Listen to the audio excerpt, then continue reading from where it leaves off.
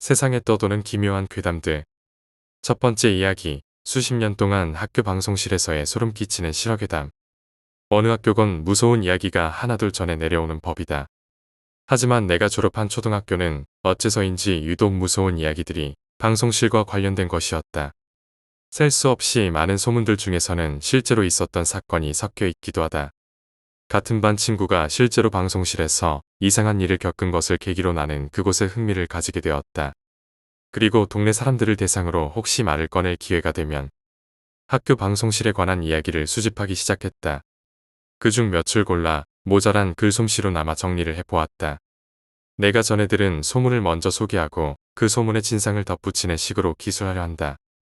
이것은 모두 내가 졸업한 초등학교 한 곳에 떠도는 소문이다. 각 시기에 따라 순서대로 정리했다. 방송 사건. 80년대 초의 일이라고 한다. 오전 10시 넘어 2교시 수업이 한참 진행될 무렵이었다.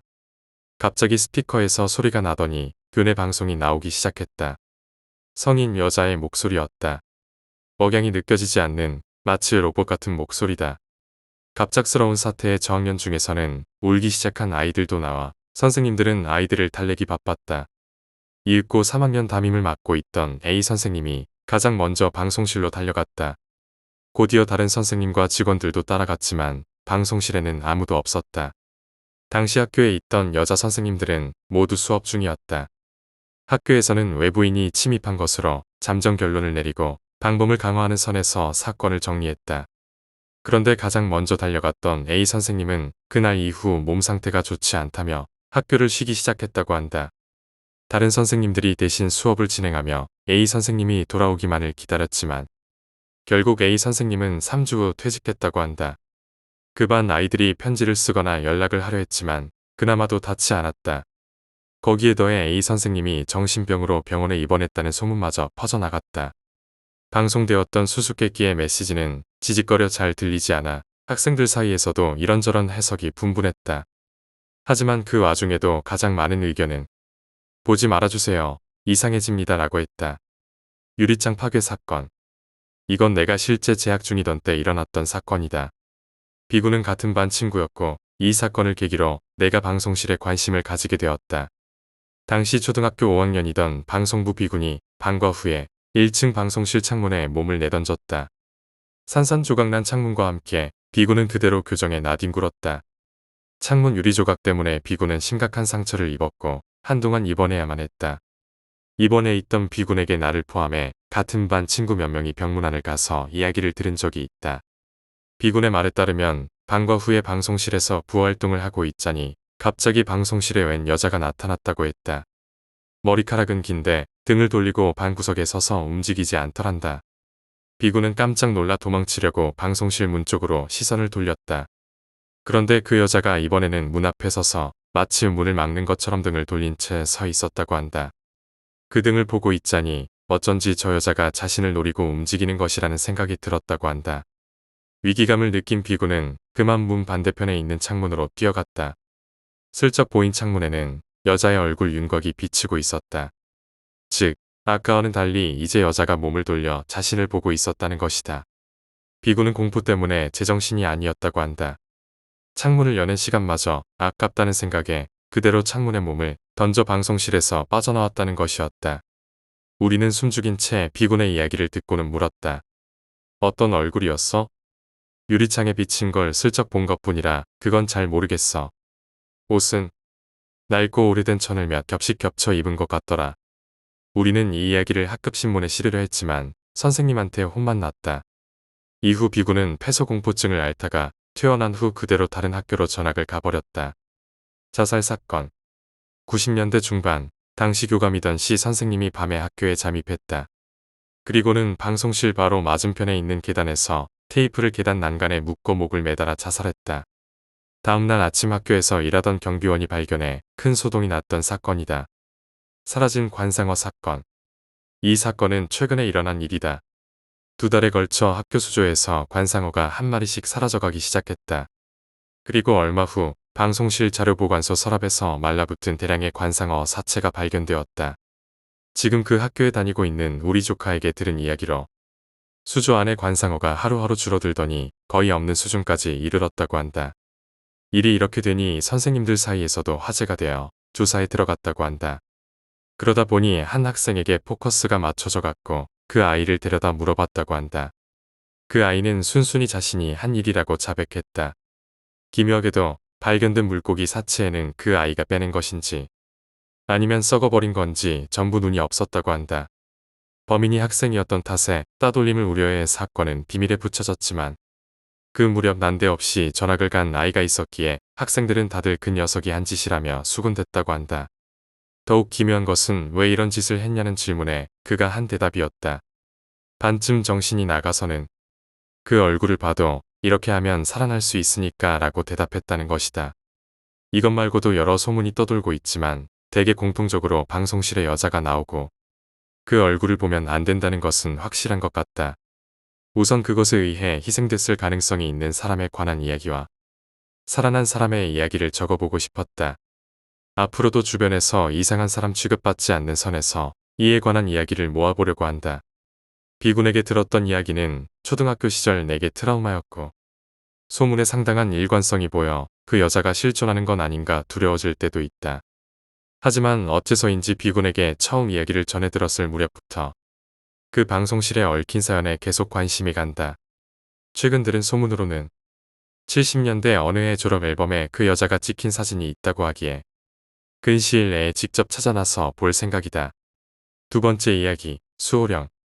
지금으로부터 25년 전 내가 초등학교 3학년일 때의 이야기다. 당시 내가 살던 곳은 시라는 이름의 마을이었다. 그 해 T라는 동갑내기 여자아이가 전학을 왔다. 무척 밝고 건강한 여자아이였다. 그리고 T는 영감이 강하다 못해 신비롭게까지 느껴질 정도의 힘을 가지고 있었다. 솔직히 당시 주변에 살았던 사람이라면 누군지 알 만큼 그 지역에서는 유명한 아이였다. 나는 T와 같은 반이었지만 초등학교 3학년쯤 되면 나름 머리가 굵어져 그런 이야기를 잘 믿지 않게 되는 법이다.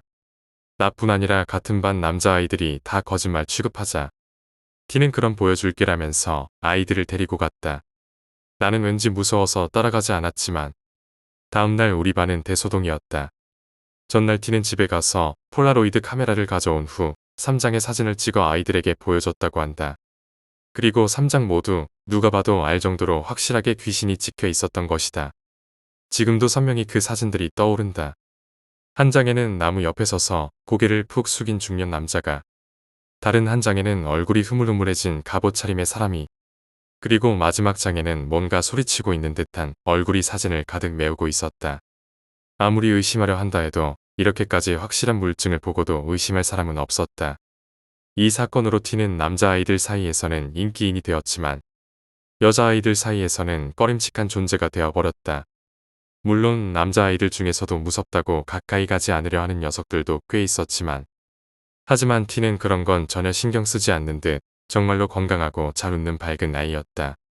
솔직히 나도 그 무렵에는 T를 좋아하고 있었다.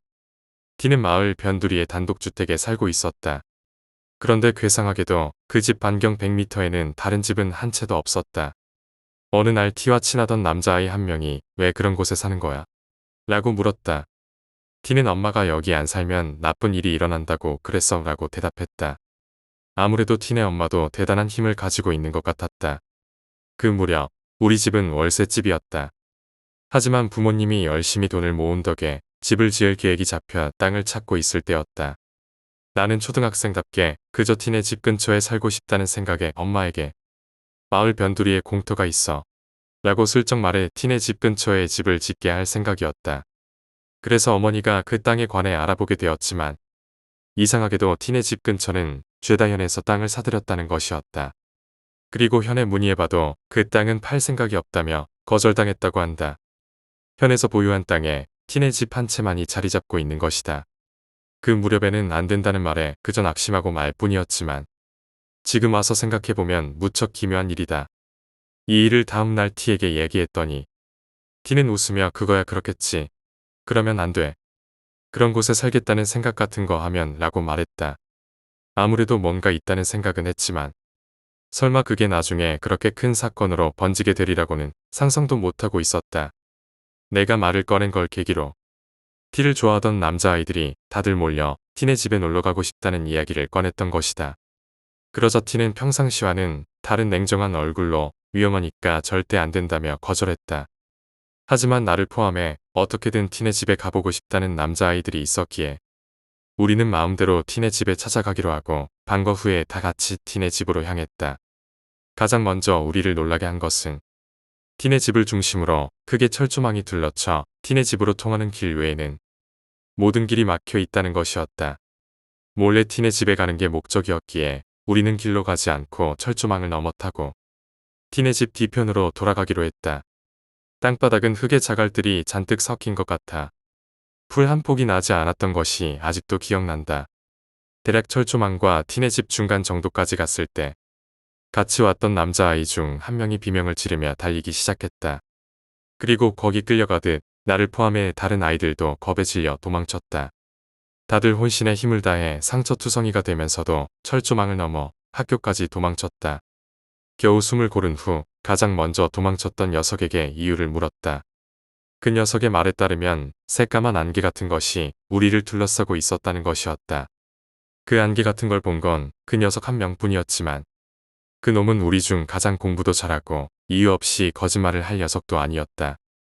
애시당초 티가 위험하다고 절대 안 된다고 말했으니 뭔가 위험할 것이라는 인식은 다들 하고 있었고 다음 날 우리는 학교에서 티에게 어제 있었던 일을 이야기하려 했지만 그보다 먼저 티가 잔뜩 화가 나서 우리에게 소리를 질렀다. 너희들 무슨 짓을 한 거야? 처음으로 본 티의 화난 얼굴이었다.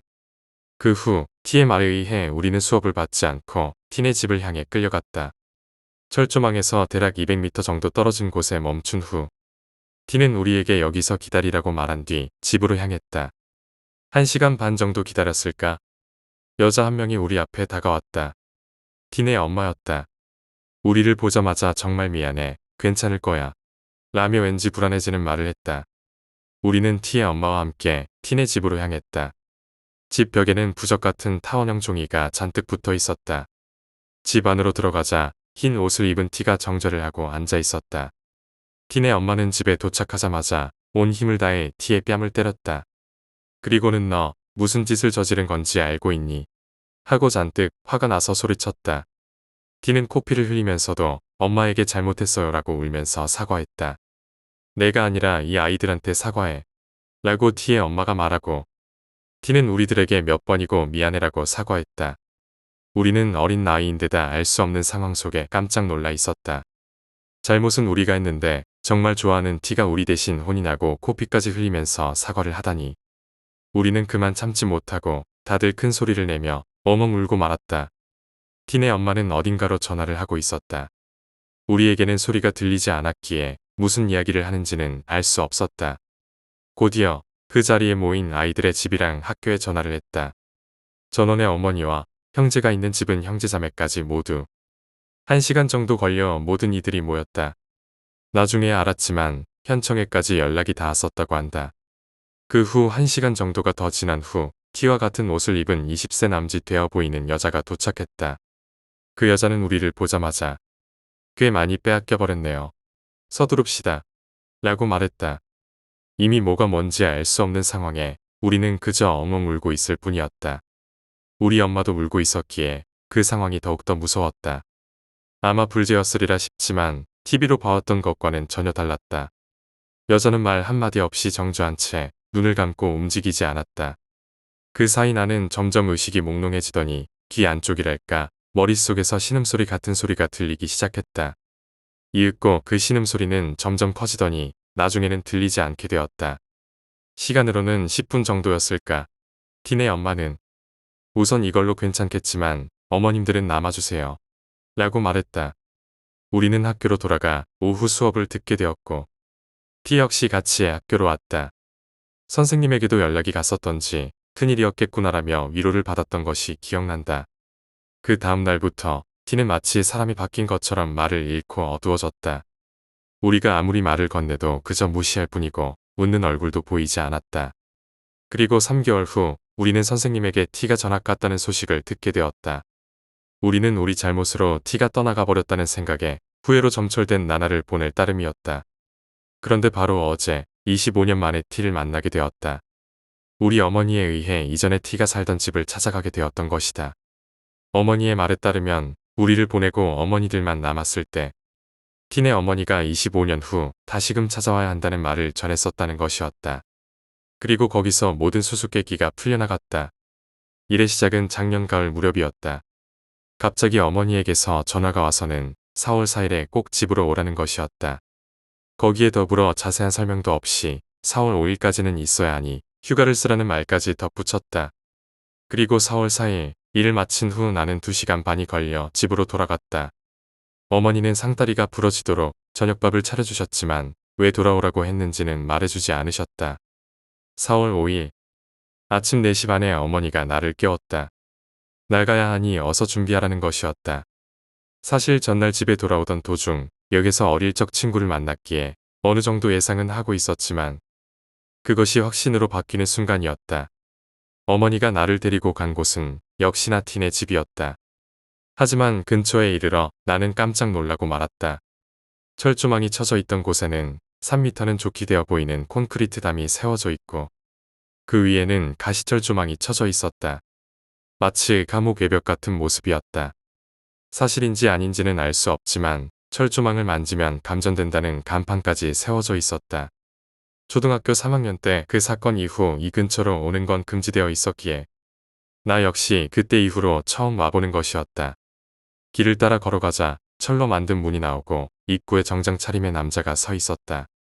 어머니가 이름을 말하자 신분증을 요구했다. 겨우 본인 확인이 끝나고서야 문을 열고 안으로 들어가시지요 라고 안내를 받았다. 나는 이 안 한가운데에 T네 집이 있으리라는 예상을 했지만 그 안에는 아무것도 없었다. 그저 어릴 적 보았던 자갈 섞인 흙바닥만이 보일 뿐이었다. 그리고 3명의 여자가 어릴 적 보았던 기억이 있는 흰 옷을 입고 서 있었다.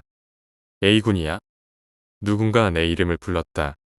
첫눈에 바로 알아볼 수 있었다. T였다. 나는 어떻게든 사과하고 싶은 마음에 곧바로 T에게 달려가 울면서 땅에 무릎을 꿇었다. 그 후 10분도 지나지 않아 그때 그 남자아이들이 죄다 모였다. 다들 생각은 똑같았던지 T를 보자마자 사과를 했다. 무릎까지 꿇은 건 나뿐이었지만 무엇보다도 기뻤던 건 T가 옛날처럼 다시 밝은 모습이었던 점이었다. 곧이어 설명이 시작되었다. 나머지 2 여자는 T네 어머니와 25년 전 불제를 해줬던 그 여자였다. T를 포함해 3명 모두 평범한 속세의 이름이 아니라 무언가 굉장히 긴 계명 같은 이름으로 자신을 소개했다. 우리를 부른 이유는 이 토지의 해방과 우리들의 수호 영혼에게 공양을 하기 위해서라는 것이었다. 무슨 말인고 하니 담으로 둘러싸인 이 땅에는 지액이라 불리는 땅에 깃든 악령이 있다는 것이었다. 지방령보다 더 강한 영혼이라고 할까.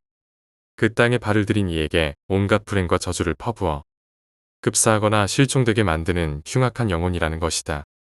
그런 지액을 없애기 위해서는 반년 정도의 시간 동안 지액만 전문으로 담당하는 불제를 들여야만 한다는 것이다. 그리고 이 땅의 불제는 현에서 의뢰를 받아 T네 어머니가 하고 있었던 것이다. 실제로 지액이 완전히 사라지는 것은 25년이라는 긴 시간을 필요로 한다고 한다. 그리고 도중에 희생자가 나오면 그로부터 또 25년의 시간이 더 걸린다는 것이다. 원래대로라면 사람들도 이런 땅에는 육감적으로 다가가려 하지 않기 마련이지만 의식적으로 거기에 들어가려는 마음을 먹은 경우에는 그마저 소용이 없다고 한다. 우리들의 경우에는 다들 T를 좋아하고 있었기에 거림칙한 기분이 들어도 애써 무시했던 것이리라. 다만 검은 안개 같은 것은 아마 환각이었을 것이라 했다. 지액은 그저 슬쩍 보는 것으로 알 수 있는 것이 아니라 육감이나 수호령에 의한 경고와 공포심으로나 알 수 있다는 것이었다. 원래 이 땅은 기복이 심한 삼림지대였다고 한다. 하지만 토지 개발이 시작되며 주택가를 조성하기 위해 공사를 시작했던 것이다. 그러나 공사 도중 인부 2명이 행방불명되면서 흉흉한 소문이 퍼져나가기 시작했다. 거기에 실제 공사 도중 고분 같은 것을 불도저로 밀어버렸다는 이야기가 있어 오랫동안 재직했던 공무원이 지액일 수도 있다는 의견을 냈던 것이다. 그 때문에 현에서 이 땅을 사서 불제를 시작하게 되었던 것이다. 그제야 알게 된 것이었지만 25년 전 우리가 무사할 수 있었던 이유 또한 따로 있었다. 우리는 그간 불제를 받았기 때문에 살아남았다고만 알고 있었지만 사실은 달랐다. 우리의 수호령이 우리 대신 지액에게 소멸당했던 것이었다.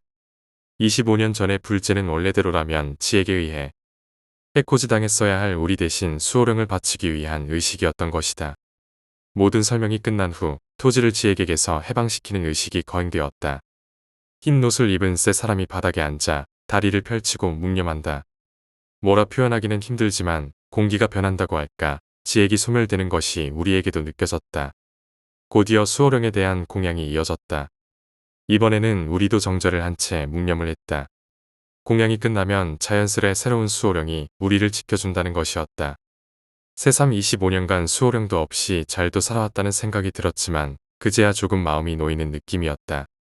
모든 일이 끝난 후 우리는 간만에 신나게 떠들어대며 그간 밀린 추억을 되돌아보았다. 그제야 알게 된 사실 중 하나는 T의 태도에 관한 것이었다. 그 일이 있은 후 우리가 T를 좋아한다는 걸 T도 알아차렸던 것이다. 그리고 혹시나 똑같은 일이 또 벌어지지는 않을까 하는 생각에 의도적으로 아무와도 이야기하지 않고 교류를 끊었던 것이라 했다. 새삼 그 시절이 떠올라 부끄러우면서도 T가 이전처럼 건강해 보인다는 게 눈물 나도록 고마웠다. 세 번째 이야기, 친구 집. 내가 초등학교 6학년일 무렵 무척 사이가 좋던 S라는 친구가 있었다. 우리는 대개 S네 아파트에 모여서 놀곤 했었다. 그날 역시 S랑 다른 친구 3명이서 함께 당시 유행하던 게임을 하며 S네 집에서 놀고 있었다. 그렇게 놀던 와중 S가 갑자기 생각났다는 듯 우리에게 말했다. 내일부터는 당분간 집에서 못 놀 것 같아. 아무래도 근시일 내에 근처에 있는 단독주택으로 이사를 하게 되어 이런저런 준비를 해야 한다는 것 같았다. 하지만 그렇다고는 해도 S는 딱히 그걸 도울 생각은 없었는지 이사 준비가 끝날 때까지는 밖에서 놀자고 제안했다. 그날은 S가 어디로 이사 가는지에 대해 묻고 집으로 돌아왔다. 그날 저녁 식사 때 부모님에게 잡담 삼아 그 이야기를 꺼냈다. 그런데 어머니가 조금 신경 쓰이는 말을 하셨다. 아무래도 S가 이사 가는 집은 전에 화재로 여러 사람이 죽었던 곳이라는 것 같다. 나는 아직 어린 나이였기에 그런 일에는 딱히 흥미가 없었지만 아무래도 그 소문은 주변에서 무척 유명한 듯했다. S네 부모님도 모를 리 없을 거라며 이상하다는 듯 어머니는 말했다. 뭐 S네 부모님은 겉으로 보기에 무슨 양아치 같은 사람들이었기에 아마 그런 건 신경 쓰지 않았겠지. 일부러 그걸 S에게 말할 이유도 없다 싶어 나는 그 일은 말하지 않기로 했다. 그리고 나는 S가 이사한 후에도 변함없이 S네 집을 찾아가 함께 놀았다. 몇 해가 지나 우리는 중학교 3학년이 되었다. 그 무렵부터 나는 S와 다른 친구 2명에게 왕따를 당하게 되었다. 어떤 이유였는지는 지금도 알 수 없지만 아마 별거 아닌 이유였겠지. 그렇게 따돌림을 당하는 사이 나는 진심으로 S를 증오하게 되었다. 복수를 한다느니 죽여버리겠다느니 지금 와서 생각하면 흉흉한 생각을 마음속에 잔뜩 품고 있었으니까. 하지만 결국 나는 겁쟁이였기에 그런 짓을 실제로 자행하지는 못했다. 지금 사고를 치면 고등학교 가는데 문제가 생긴다느니 하고 자신에게 애써 둘러대며 그대로 왕따를 당하면서 중학교를 졸업했다. 고등학교에서는 나를 괴롭히던 녀석들과 다른 학교로 진학했고 잠시나마 여자친구도 사귀는 등 하루하루를 무척 충실히 보냈다. 그러던 어느 날 나는 친구 한 명에게 라인으로 메시지를 받았다. S네 집이 불에 휩싸여 전소해 S네 가족이 모두 죽었다는 것이었다. 나는 말도 안 되는 농담하지 말라며 웃어 넘기려 했지만 사실이었다. 껄끄러 오랫동안 가까이 하지도 않았던 S네 집 근처에 가보니 거기에는 정말 불탄 자국만 있을 뿐 집은 없었다. 그런데 그 공터 중심에 이상한 여자가 서 있었다. 온몸에 수많은 붉은 벨트를 감고 있어 무척 기분 나빴다. 여자는 나를 향해 당신을 위해 태워버린 거야 라고 말한 뒤 정말로 연기처럼 사라져버렸다. 그 사람이 누구였는지 무엇이었는지는 나도 모른다. 진짜로 그 사람이 S네 집을 태웠거나 혹은 그 전에 살던 사람들의 집을 태워버린 것인지도 모른다. 솔직히 S가 죽은 건 기뻤지만 나를 괴롭히던 나머지 2명은 어떻게 되는 건지. 그 2사람도 죽는다면 그 여자는 또다시 내 앞에 나타나는 걸까. 그게 너무 무섭기 때문에 지금은 그냥 그 여자가 단순한 환각이었다고 믿으려 애쓰고 있다. 네 번째 이야기, 저주의 인형. 이 이야기는 내가 중학교 2학년 때 실제로 겪은 사건이다. 당시 우리 가족은 할아버지가 돌아가신 후 할머니를 혼자 두기 어려워서 할머니가 사시던 집으로 이사를 갔다. 그 집은 오래된 한옥이었고 큰 대문을 지나 마당을 가로지르면 집 안으로 들어갈 수 있었다. 집 안은 넓고 다소 낡은 느낌이었지만 아늑하고 따뜻한 분위기가 있었다. 할머니는 할아버지와 함께 이 집에서 오랫동안 살았기 때문에 이사를 오자마자 나를 포함한 가족 모두는 편안함을 느꼈다. 그러나 내가 처음 집에 도착했을 때부터 어딘가 이상한 느낌이 들었다. 집이 낡아서 그런가 싶었지만 시간이 지나면서 그 느낌은 점점 강해졌다. 이사 후 며칠이 지나고 어느 날 나는 집 뒤뜰에서 놀고 있었다. 뒤뜰에는 오래된 나무들과 돌탑이 있었고 특히 그 중간에 작은 우물이 하나 있었다. 우물은 오랫동안 사용되지 않아 물이 말라 있었고 우물 주변에는 잡초가 무성하게 자라고 있었다. 나는 호기심이 많았기 때문에 우물 안을 들여다보려고 가까이 갔다. 우물 안은 어두워서 아무것도 보이지 않았지만 뭔가 이상한 느낌이 들어서 그냥 돌아가려 했다. 그때 우물 안에서 뭔가 빛나는 것이 보였다. 호기심에 이끌려 나는 조심스럽게 우물 안으로 손을 뻗어 그 물체를 꺼냈다. 그것은 오래된 인형이었다. 인형은 길고 검은 머리카락을 가진 여자아이의 모습이었고 붉은색 전통 한복을 입고 있었다. 인형의 얼굴은 무표정했고 눈은 마치 살아있는 것처럼 느껴질 정도로 정교하게 만들어져 있었다. 인형을 손에 든 순간 이상하게도 몸이 차가워지는 느낌이 들었다. 하지만 인형 자체는 차갑지 않았고 오히려 따뜻했다. 그런데도 나는 그 인형을 오래 들고 있을 수 없을 정도로 기분이 나빴다. 나는 그 인형을 들고 집으로 돌아갔고 할머니께 보여드렸다. 할머니는 인형을 보자마자 얼굴이 굳어졌다. 그리고는 바로 나에게 인형을 돌려달라고 하셨다. 나는 무슨 일인지 궁금해서 물어보았지만 할머니는 그저 인형을 집 안 깊숙한 곳에 숨기셨다. 그 후로도 할머니는 인형에 대해 아무 말도 하지 않으셨다. 하지만 그날 이후 나는 집안에서 이상한 일들이 발생하기 시작하는 것을 느끼기 시작했다. 처음에는 작은 일들이었다. 예를 들어 내가 자주 쓰던 물건들이 사라졌다가 엉뚱한 곳에서 발견되거나 밤에 갑자기 기분 나쁜 소리가 들리는 일들이었다. 이런 일들은 점점 더 자주 일어났고 나는 불안해지기 시작했다.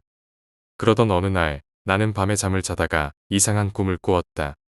꿈속에서 나는 낯선 곳에 서 있었고 그곳은 어두운 숲속이었다. 주변에는 아무도 없었고 오직 달빛만이 숲을 비추고 있었다. 그때 갑자기 누군가 나를 부르는 소리가 들렸다. 나는 그 소리를 따라 숲속 깊은 곳으로 걸어갔고 그곳에서 다시 그 인형을 발견했다. 인형은 숲속 한가운데 놓여 있었고 그 옆에는 작은 돌무덤이 있었다. 나는 인형을 보자마자 무서운 감정이 밀려왔다. 그리고 그 순간 인형이 갑자기 고개를 돌려 나를 바라보았다. 나는 너무 놀라서 비명을 지르며 깨어났다. 꿈에서 깨어난 나는 한동안 숨을 고르며 그 꿈이 너무 생생해서 다시 잠들기가 어려웠다. 다음 날 아침 나는 할머니께 그 꿈에 대해 이야기하려 했지만 할머니는 여전히 인형에 대해 아무 말도 하지 않으셨다. 나는 그 인형이 어떤 사연을 가지고 있는지 알 수 없었지만 분명히 이 집에서 일어나는 이상한 일들과 관련이 있다고 생각했다. 며칠 후 나는 우연히 할머니가 인형을 숨겨둔 방에 들어가게 되었다. 방 안은 어둡고 먼지가 쌓여 있었다. 나는 방을 둘러보다가 할머니가 인형을 숨겨둔 곳을 찾아냈다.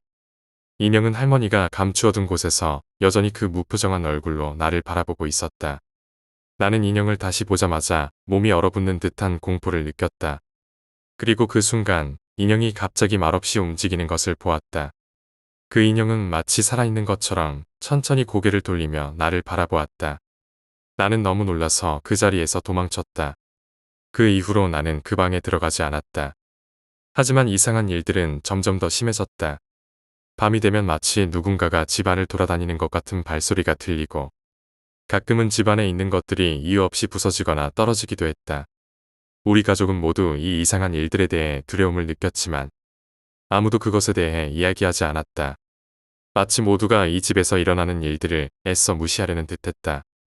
그러던 어느 날 나는 할머니와 단둘이 집에 있을 때 할머니께 이 모든 일에 대해 물었다. 할머니는 한숨을 쉬며 드디어 입을 열었다. 그 인형은 단순한 장난감이 아니라고 했다. 그 인형은 저주받은 인형으로 오랜 세월 동안 그 집에 숨겨져 있던 것이라고 했다.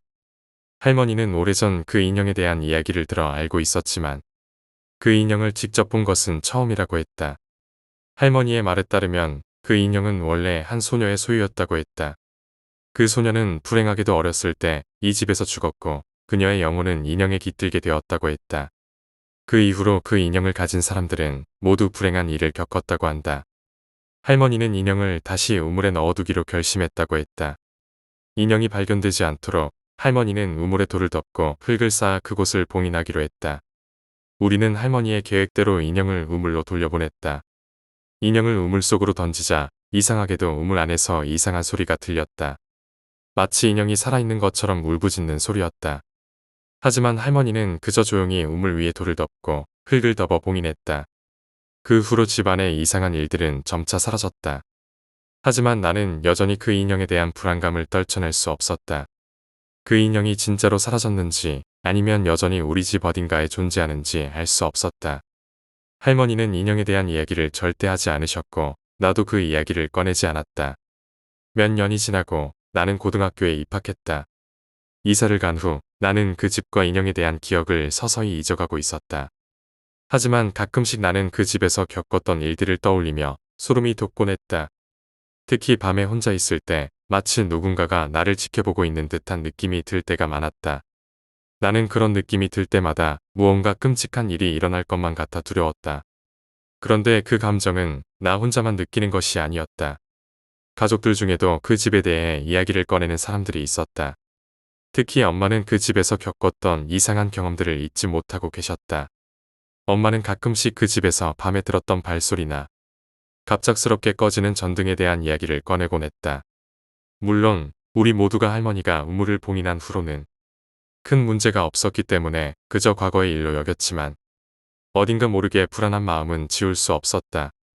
어느 날 나는 고등학교에서 집으로 돌아오는 길에 친구들과 함께 있었는데 한 친구가 갑자기 옛날 이야기들을 하며 공포스러운 경험담을 나누기 시작했다. 그 친구가 이야기한 내용은 마치 내가 겪었던 일들과 비슷한 느낌을 주었다. 그 친구는 어릴 적 살던 집에서 이상한 인형을 발견한 후 집안에서 기이한 일들이 발생했다는 이야기를 했다. 나는 순간적으로 등골이 오싹해졌다. 그 친구의 이야기가 마치 나의 경험을 그대로 옮겨놓은 것처럼 들렸기 때문이다.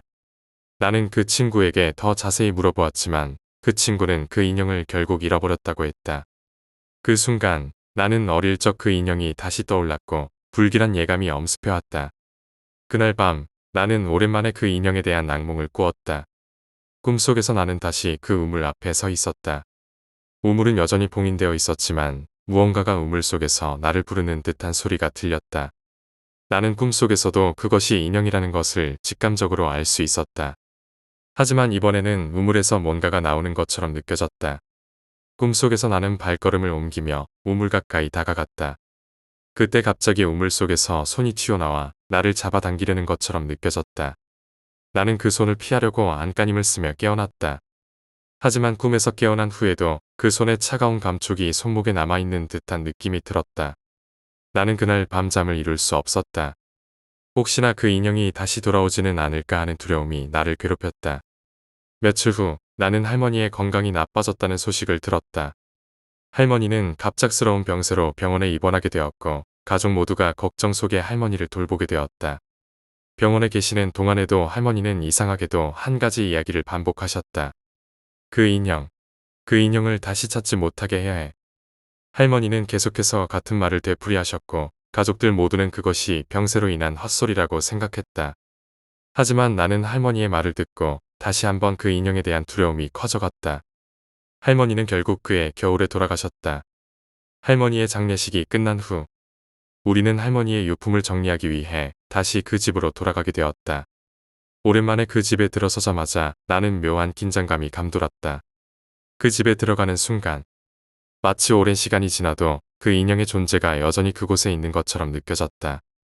가족들과 함께 할머니의 방을 정리하던 중 나는 누연히 할머니가 사용하시던 서랍에서 낡은 일기장을 발견했다. 일기장에는 할머니의 일상적인 이야기들이 기록되어 있었지만 그 중간중간에 인형에 대한 언급이 있었다. 할머니는 그 인형이 우리 가족에게 위험을 끼칠 수 있다는 사실을 알고 있었지만 어떻게 해야 할지 몰라 고민하고 계셨던 것 같았다. 할머니는 그 인형에 대해 조사한 내용도 기록해 두셨다. 할머니의 일기장에는 그 인형이 어떻게 저주를 받게 되었는지, 그 인형이 다른 사람들에게 끼친 피해에 대한 이야기들이 적혀 있었다. 나는 그 일기장을 읽으며 점점 더 두려움을 느꼈다.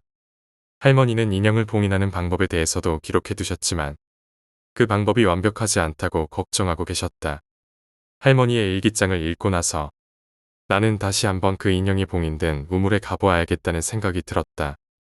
그 인형이 정말로 봉인된 것이 맞는지 혹시라도 우물에서 빠져나온 것이 아닌지 확인하고 싶었다. 나는 저녁이 되자 혼자서 우물로 향했다.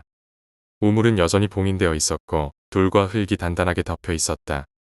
나는 우물 앞에 서서 할머니의 마지막 말을 떠올리며 그 인형이 진짜로 사라졌기를 바랐다. 하지만 그 순간 우물 주변에서 이상한 기운이 느껴졌다. 마치 누군가가 나를 지켜보고 있는 듯한 느낌이 들었다. 나는 주변을 둘러보았지만 아무도 없었다. 그러나 그 불길한 느낌은 사라지지 않았다. 그날 밤 나는 다시 한번 악몽에 시달렸다. 이번에는 그 인형이 우물에서 빠져나와 집안을 돌아다니는 꿈이었다. 인형은 집안을 돌아다니며 가족들을 한 명씩 찾아갔다. 그리고 마지막으로 나를 찾아와 그 무표정한 얼굴로 나를 바라보았다. 나는 꿈속에서 도망치려 했지만 몸이 움직이지 않았다. 인형은 점점 나에게 다가오더니 나를 향해 손을 뻗었다. 그 순간 나는 비명을 지르며 깨어났다. 꿈에서 깨어난 후에도 나는 여전히 공포에 떨고 있었다. 그 다음 날 나는 가족들에게 그동안 겪었던 일들을 모두 이야기했다. 인형에 대한 두려움, 꿈에서 본 것들, 그리고 할머니의 일기장에서 발견한 내용까지. 가족들은 처음에는 나의 이야기를 믿지 않았지만 나의 간절한 모습에 결국 모두 우물로 가보자고 했다. 우물에 도착하자 우리는 할머니가 봉인해둔 돌과 흙을 다시 한번 확인했다. 모두가 이상한 일이 없다고 생각했지만 나는 여전히 불안한 마음을 지울 수 없었다. 우리는 다시 그 집을 떠나 새로운 집으로 이사 가게 되었다. 그 집을 떠날 때 나는 마지막으로 우물을 돌아보았다. 우물이 그대로 남아있는 것을 확인하고 나서야 조금 안심할 수 있었다. 그 후로 몇 년이 지나 나는 대학에 입학하고 새로운 삶을 시작하게 되었다. 하지만 여전히 그 인형에 대한 기억은 가끔씩 나를 괴롭혔다. 마치 그 인형이 언제든지 다시 나타날 것만 같은 불안감이 가시지 않았다. 그러던 어느 날 나는 대학에서 친해진 친구와 이야기를 나누다가 그 친구가 무언가 불길한 꿈을 꾸었다는 이야기를 들었다. 친구는 꿈속에서 어떤 오래된 인형이 자신을 쫓아왔다고 했다. 나는 그 이야기를 듣고 다시 한번 소름이 돋았다. 친구가 묘사한 인형은 내가 어릴 적에 봤던 그 인형과 너무나도 닮아 있었다. 나는 그 친구에게 자세히 물어보았지만 친구는 그 꿈이 단순한 악몽이었다며 대수롭지 않게 넘겼다. 하지만 나는 그 꿈이 단순한 악몽이 아니라고 생각했다. 그 인형이 다시 나타난다면 이번에는 무슨 일이 벌어질지 알 수 없었다. 그 이후로도 나는 종종 그 인형에 대한 꿈을 꾸곤 했다. 꿈속에서 인형은 언제나 나를 바라보며 무언가를 말하려는 듯한 모습을 보였다. 하지만 나는 항상 그 꿈에서 깨어나기 직전에 인형의 목소리를 들을 수 없었다. 그리고 매번 깨어나서도 그 목소리가 무엇이었는지 기억할 수 없었다. 지금도 나는 그 인형에 대한 기억을 떠올리면 등골이 오싹해진다. 그 인형이 정말로 사라졌는지 아니면 여전히 어디에선가 나를 지켜보고 있는지 알 수 없기 때문이다. 혹시나 다시 그 인형이 나타난다면 그때는 어떻게 해야 할지 여전히 두려운 마음이 든다. 하지만 나는 그 인형에 대한 두려움을 떨쳐내고 새로운 삶을 살아가려고 노력하고 있다. 그러나 그 인형의 저주가 언제 다시 나를 찾아올지 혹은 내 가족에게 닥쳐올지 모른다는 생각에 가끔씩 불안한 마음이 들기도 한다. 그럼에도 불구하고 나는 이 이야기를 통해 그 인형의 존재를 잊지 않으려고 한다. 혹시라도 그 인형이 다시 나타난다면 그때는 내가 알 수 있는 모든 방법을 동원해 그 인형을 영원히 봉인해야겠다고 다짐하고 있다. 5번째 이야기, 그림자 속의 남자. 이 이야기는 내가 고등학교 1학년 때부터 겪기 시작한 사건이다. 당시 나는 작은 마을에 있는 고등학교에 다니고 있었고 학교는 도심에서 조금 떨어진 외딴 곳에 위치해 있었다. 학교 주변은 숲으로 둘러싸여 있었고 그 숲은 고요하면서도 어딘가 음산한 분위기를 풍기고 있었다. 나는 그 학교에 전학 온 지 얼마 되지 않아 이상한 소문을 듣게 되었다. 그 소문은 학교 근처 숲속의 그림자 속의 남자가 나타난다는 것이었다. 학생들 사이에서는 그 남자가 나타난 곳에서는 이상한 일들이 벌어진다는 이야기가 돌았다.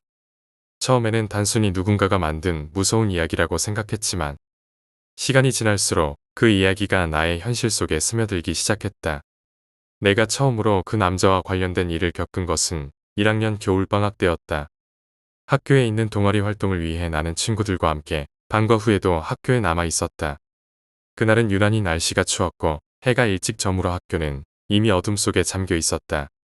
나는 친구들과 함께 동아리실에서 작업을 마치고 집으로 가기 위해 학교를 나서려 했다. 그런데 그때 학교 밖으로 나가려던 친구 중 한 명이 갑자기 멈춰 섰다. 그 친구는 학교 정문 쪽을 바라보며 얼굴이 하얗게 질려 있었다. 나는 친구의 시선을 따라가 보았지만 아무것도 보이지 않았다. 하지만 친구는 마치 뭔가를 본 것처럼 두려워하고 있었다. 나는 무슨 일이냐고 물었지만 친구는 아무 대답도 하지 않았다. 그저 급하게 우리에게 집에 가자고만 했다. 그날 이후 나는 친구와 그에 대한 이야기를 나누려 했지만 친구는 절대 그 주제에 대해 말하지 않으려고 했다. 그 친구는 그날 이후로 점점 말수가 줄어들었고 동아리 활동에도 잘 나오지 않게 되었다. 나와 다른 친구들은 그 친구의 상태를 걱정했지만 뚜렷한 이유를 알 수 없어 그냥 시간을 보내고 있었다. 그러던 어느 날 나는 우연히 그 친구의 다이어리를 발견하게 되었다. 나는 망설였지만 친구의 상태가 걱정되어 다이어리를 열어보았다. 다이어리 속에는 그날 친구가 본 것에 대한 기록이 적혀 있었다. 그 친구는 그날 학교 정문 근처에서 어떤 남자를 보았다고 했다. 그 남자는 어두운 그림자 속에서 서 있었고 얼굴은 보이지 않았지만 분명히 자신을 바라보고 있었다고 했다. 그리고 그 남자를 본 이후로 계속해서 악몽을 꾸게 되었으며 그 남자가 꿈속에서도 자신을 지켜보고 있다는 내용이 적혀 있었다. 나는 그 다이어리를 읽고 나서 소름이 돋았다. 친구가 본 그 남자는 분명 소문으로 듣던 그림자 속의 남자였다. 며칠 후 나는 그 친구가 학교를 그만두고 집으로 돌아갔다는 소식을 들었다. 그 친구의 부모님은 친구의 상태가 심각하다고 판단해 병원에 데려갔고 결국 학교를 자퇴하게 되었다고 했다. 그 후로 친구와 연락이 끊겼고 나는 더 이상 그 친구에 대해 알 수 없게 되었다. 하지만 그 사건 이후로 나 또한 이상한 일들을 겪기 시작했다.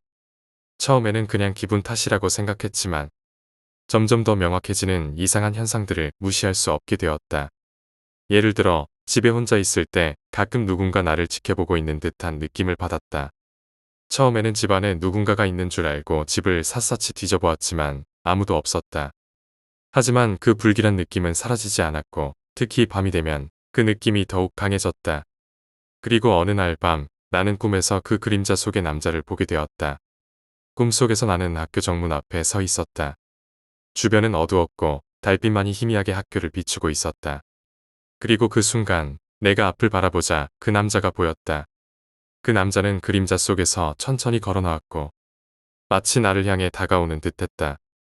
나는 꿈속에서도 무서운 감정에 휩싸여 도망치려 했지만 몸이 움직이지 않았다. 그 남자는 점점 나에게 다가왔고 마침내 나와 눈을 마주쳤다. 그 순간 나는 그 남자의 얼굴을 보았지만 이상하게도 그 얼굴을 기억할 수 없었다. 그 얼굴은 어딘가 흐릿하게 느껴졌고 정확히 기억해내려 할수록 그 형체가 더 희미해졌다. 나는 공포에 질려 깨어났지만 여전히 그 남자가 나를 지켜보고 있는 듯한 느낌이 들었다. 그날 이후로 나는 거의 매일같이 그 남자가 나타나는 악몽을 꾸었다. 꿈속에서 그 남자는 항상 나를 향해 다가왔고 나는 언제나 도망치려 했지만 그때마다 몸이 움직이지 않았다. 그 남자의 얼굴을 다시 보려고 했지만 매번 실패했다. 그 얼굴은 꿈속에서조차 나에게 명확하게 드러나지 않았다. 나는 점점 지쳐갔고 학교 생활도 힘들어졌다. 수업에 집중할 수 없었고 잠도 제대로 자지 못해 몸과 정신이 피폐해져 갔다. 나는 이 상황에서 벗어나기 위해 학교 상담사와 이야기를 나누었지만 상담사는 그저 스트레스 때문이라며 대수롭지 않게 넘겼다. 그러나 나는 이 모든 것이 단순한 스트레스가 아니라고 확신했다. 어느 날 나는 꿈속에서 그 남자가 무언가를 말하려는 듯한 모습을 보았다. 그 남자는 항상 무표정한 얼굴로 나를 바라보고 있었지만 이번에는 입을 움직이려는 것처럼 보였다. 하지만 그 순간 꿈에서 깨어나 버렸다. 깨어난 후 나는 그 남자가 나에게 무언가를 전하려고 했다는 느낌이 강하게 들었다. 나는 그 남자가 무엇을 말하려고 했는지 알 수 없었지만 그것이 매우 중요한 메시지일 것 같았다. 그 이후로 나는 그 남자의 꿈을 해석하기 위해 고군분투했다. 나는 인터넷에서 비슷한 경험을 한 사람들의 이야기를 찾아보기도 했고 심지어는 무속인에게 도움을 청하기도 했다. 하지만 아무도 나에게 정확한 답을 주지 않았다. 그림자 속의 남자는 나에게 점점 더 큰 두려움을 안겨주었고 나는 그에게서 도망칠 방법을 찾지 못했다. 그렇게 시간이 흘러가며 나는 그림자 속의 남자에 대한 집착에 가까운 공포를 느끼기 시작했다. 그 남자가 언제나 나를 따라다니고 있다는 생각에 사로잡혀 나는 점점 더 사회와 단절되었다. 친구들과의 관계도 멀어졌고 가족들마저 나의 변화를 걱정하며 어떻게든 도와주려 했지만 나는 그들에게 이 상황을 설명할 수 없었다. 왜냐하면 그들은 나를 이해하지 못할 것이고 내가 겪고 있는 이 끔찍한 공포는 나 혼자만의 문제라고 생각했기 때문이다. 어느 날 나는 더 이상 이 상황을 견딜 수 없다고 생각해 학교에서 도망치기로 결심했다. 하지만 도망치는 것이 쉬운 일이 아니었다. 학교는 도심에서 떨어져 있었기 때문에 나는 마을로 돌아가기 위해서는 숲을 지나야 했다. 나는 그림자 속의 남자가 숲속 어딘가에서 나를 기다리고 있을 것이라는 생각이 머릿속을 떠나지 않았다. 그럼에도 불구하고 나는 더 이상 이곳에 머물 수 없었다. 나는 모든 용기를 짜내어 학교를 떠났고 숲속을 가로질러 마을로 돌아가기 시작했다. 숲은 낮에도 어둡고 음산했지만 그날따라 더욱 공포스럽게 느껴졌다. 나는 숲속을 걸으며 주변을 경계했지만 그림자 속의 남자가 나타날까봐 두려웠다. 하지만 숲속을 걷는 동안 나는 그 남자를 보지 못했다. 그것은 일종의 안도감을 주었지만 동시에 나는 더 큰 불안을 느꼈다. 그 남자가 어디에 있는지 알 수 없다는 사실이 나를 더욱 공포스럽게 만들었기 때문이다. 마침내 마을에 도착한 나는 집으로 돌아와 이 모든 일을 잊으려고 했다. 하지만 그날 밤 나는 또다시 그 남자를 꿈에서 보게 되었다. 이번에는 그 남자가 더욱 가까이 다가와 있었다. 그는 나에게 손을 뻗어 무언가를 건네려는 것처럼 보였다. 나는 그 손을 받지 않으려고 애를 썼지만 몸이 다시 움직이지 않았다. 그 남자는 점점 더 가까이 다가왔고 나는 그의 손을 잡지 않으려고 발버둥 쳤지만 소용이 없었다. 그때 나는 갑자기 어떤 목소리가 들렸다. 그 목소리는 아주 낮고 희미했지만 분명히 무언가를 말하고 있었다. 나는 그 목소리에 귀를 기울이려 했지만 곧 꿈에서 깨어났다. 깨어난 후에도 그 목소리가 머릿속에 맴돌았지만 정확히 무슨 말을 했는지 기억할 수 없었다. 이후 나는 그 꿈에서 들었던 목소리의 의미를 파헤치기 위해 다시 조사를 시작했다. 나는 학교 도서관에서 옛날 자료들을 뒤져보았고 학교에 관련된 소문이나 기록들을 찾아보았다. 그러던 중 나는 우연히 학교 역사에 대한 오래된 문서를 발견하게 되었다. 그 문서에는 학교가 지어지기 전 그 땅에 대해 기록된 내용이 있었다. 그 땅은 원래 작은 마을이 있던 곳이었고 그 마을에서 무언가 끔찍한 사건이 벌어졌다고 했다. 그 사건 이후 마을은 폐허가 되었고 그 땅 위에 지금의 학교가 세워졌다는 것이다. 하지만 문서에는 그 사건에 대한 구체적인 내용이 적혀 있지 않았다. 나는 그 사건이 그림자 속의 남자와 관련이 있다고 확신했지만 더 이상의 정보는 찾을 수 없었다. 시간이 지나면서 나는 그 남자에 대한 두려움을 조금씩 극복하기 시작했다. 하지만 여전히 그 남자에 대한 악몽은 종종 나를 괴롭혔다. 나는 점점 그 남자가 나에게 무언가를 전하려는 것이라는 생각이 들었다. 그 남자는 나를 해치려는 것이 아니라 오히려 나에게 도움을 요청하는 것일지도 모른다는 생각이 들었다. 하지만 그가 무슨 말을 하려는 것인지, 무엇을 전하려는 것인지는 여전히 알 수 없었다. 결국 나는 그 남자가 나타난다는 숲속으로 다시 가보기로 결심했다. 나는 그곳에서 그 남자와 직접 대면해야만 이 문제를 해결할 수 있을 것 같았다. 나는 학교로 돌아가 숲속을 탐험하기 시작했다. 숲속을 돌아다니며 나는 그 남자가 나타날 장소를 찾으려 했다. 그리고 마침내 나는 숲속 깊은 곳에서 이상한 장소를 발견했다. 그곳은 마치 무덤처럼 보였고 주변에는 오래된 나무들이 자라 있었다. 나는 그곳이 그림자 속의 남자와 관련이 있을 것이라고 확신했다. 나는 그 장소에서 무언가를 느꼈고 그것이 그 남자의 메시지일지도 모른다고 생각했다. 그 순간 나는 그림자 속에서 그 남자가 나타나는 것을 보았다. 그 남자는 천천히 걸어 나와 나를 바라보았다. 나는 이번에는 도망치지 않기로 결심했다. 나는 그 남자가 무슨 말을 하려는지, 그가 전하려는 메시지가 무엇인지 알고 싶었다. 그 남자는 나에게 다가와 무언가를 속삭였다. 그 소리는 희미했지만 이번에는 확실히 들을 수 있었다. 그 남자는 나에게 내 이름을 기억해줘라고 말했다. 그 순간 나는 그의 얼굴이 선명해지기 시작했다. 그는 슬픈 눈빛을 하고 있었고 그의 얼굴에는 깊은 상처가 있었다. 나는 그 남자의 얼굴을 보고 그의 이름을 기억해내려 했었다. 하지만 그 이름은 머릿속에 떠오르지 않았다. 나는 그가 누구인지, 왜 나에게 나타났는지 알고 싶었지만 그 순간 모든 것이 흐릿해지기 시작했다. 그림자 속의 남자는 다시 어둠 속으로 사라졌고 나는 숲속에 홀로 남겨졌다. 그 후로 나는 더 이상 그림자 속의 남자를 꿈에서 보지 않게 되었다. 하지만 그의 마지막 말은 여전히 내 머릿속에 남아 있었다. 나는 그가 전하려던 메시지가 무엇이었는지, 그의 이름이 무엇이었는지 알 수 없었다. 하지만 나는 그가 단순한 공포의 존재가 아니라 무언가를 간절히 전하려던 영혼이라는 것을 느꼈다. 나는 그의 이름을 기억하려 했지만 결국 기억해내지 못했다. 그리고 시간이 지나면서 나는 점점 그 남자에 대한 기억을 잊어갔다. 하지만 가끔씩 그 숲속을 떠올릴 때면 그의 슬픈 눈빛이 생각나곤 한다. 이제 나는 고등학교를 졸업하고 새로운 삶을 살아가고 있다. 하지만 여전히 그 남자와의 만남이 내 인생에 어떤 의미를 가지는지 궁금하다. 그림자 속의 남자는 나에게 무언가 중요한 메시지를 전하려 했지만 나는 그것을 이해하지 못했다. 그가 전하려던 말이 무엇이었는지는 여전히 미스터리로 남아있다. 하지만 나는 그와의 만남을 통해 삶에 대한 새로운 시각을 얻게 되었다. 그림자 속의 남자는 내게 단순한 공포의 대상이 아니라 인생의 어두운 면을 마주하게 해준 존재였다. 나는 그의 이름을 기억해내려 했었지만 결국 기억하지 못했다. 그렇지만 나는 그의 존재를 잊지 않으려 한다. 그가 전하려 했던 메시지가 무엇이든 그것이 나의 삶에 중요한 영향을 미쳤다는 것을 알고 있기 때문이다. 이제 나는 그의 기억을 마음속 깊이 간직하며 그의 메시지를 이해하려고 노력하고 있다.